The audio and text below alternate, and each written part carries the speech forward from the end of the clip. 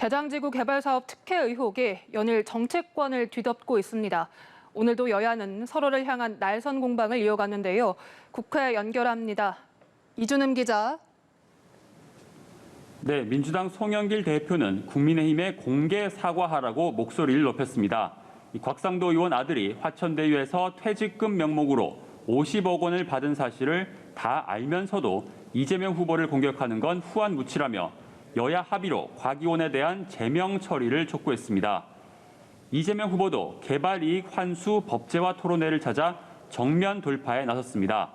국민의힘 이준석 대표는 봉고 파직, 김기현 원내대표는 남쪽에 있는 섬에 귀양 보내겠다며 날선 반응을 보였습니다.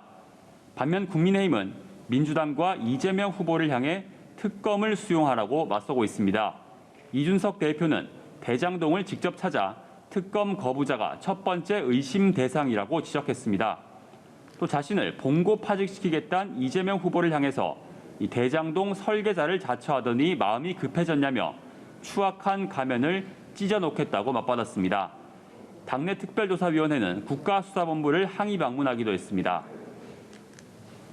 민주당과 국민의힘 경선 모두 이렇게 대장동 특혜 의혹에 파묻힌 모양새입니다. 각 당의 경선 소식도 알아보죠.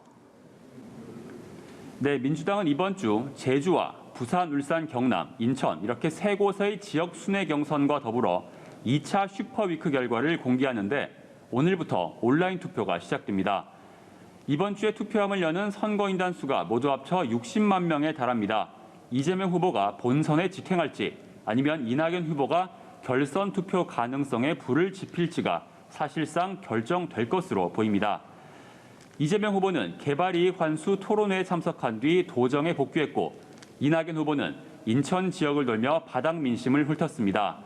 대장동 게이트로 기득권 세력이 감춰온 부정부패의 카르텔이 드러나고 있다며 합동특별수사본부 설치를 재차 촉구하기도 했습니다. 캠프 소속 의원들은 객관적으로 불리한 상황이지만 흐름이 바뀌고 있다며 결선 투표를 호소했습니다.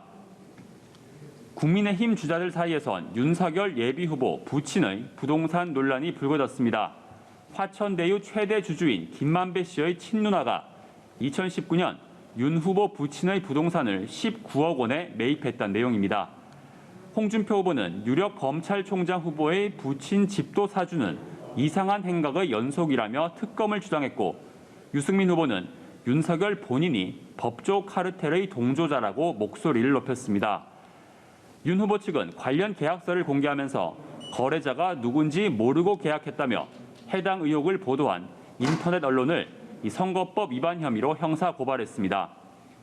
윤 후보는 김만배 씨가 법조 출입 기자를 오래한 만큼 누군지는 안다면서도 개인적인 친분은 전혀 없다고 했습니다. 국회 소식도 알아보겠습니다. 앞서 여야는 이 언론중재법 개정안 처리 그제 합의하겠다고 밝혔는데 오전 회동은 또 빈손이었습니다. 현재 상황은 어떻습니까? 네, 민주당 그리고 국민의힘 원내대표가 다시 한번 만나고 있습니다. 조금 전 각 당이 의원총회를 거쳐서 당 소속 의원들에게 사정도 설명을 했는데요. 오전에 열린 이 국회의장 주재 원내대표 회동은 입장 차이를 좁히지 못했습니다. 오늘 오후 2시에 열릴 예정이었던 본회의도 일단은 연기된 상태입니다. 오후의 협상 결과에 따라서 본회의가 열릴지 말지가 결정될 것으로 보입니다. 민주당은 최대 쟁점인 징벌적 손해배상 제한에서 이 손배 규모 최대 5배 규정을 없애자는 타협안을 제시했지만 국민의힘은 독소 조항을 완전히 드러내야 한다는 입장을 고수하고 있습니다. 기사의 노출을 막는 열람 차단 청구권에 대한 이견도 여전한 상황입니다. 민주당은 오늘도 합의에 이르지 못하면 강행 처리하겠다는 방침이지만 국민의힘은 필리버스터 등 모든 수단을 동원해 맞서고 있어서 조금 뒤 협상 결과를 지켜봐야 할 것 같습니다. 지금까지 국회에서 전해드렸습니다.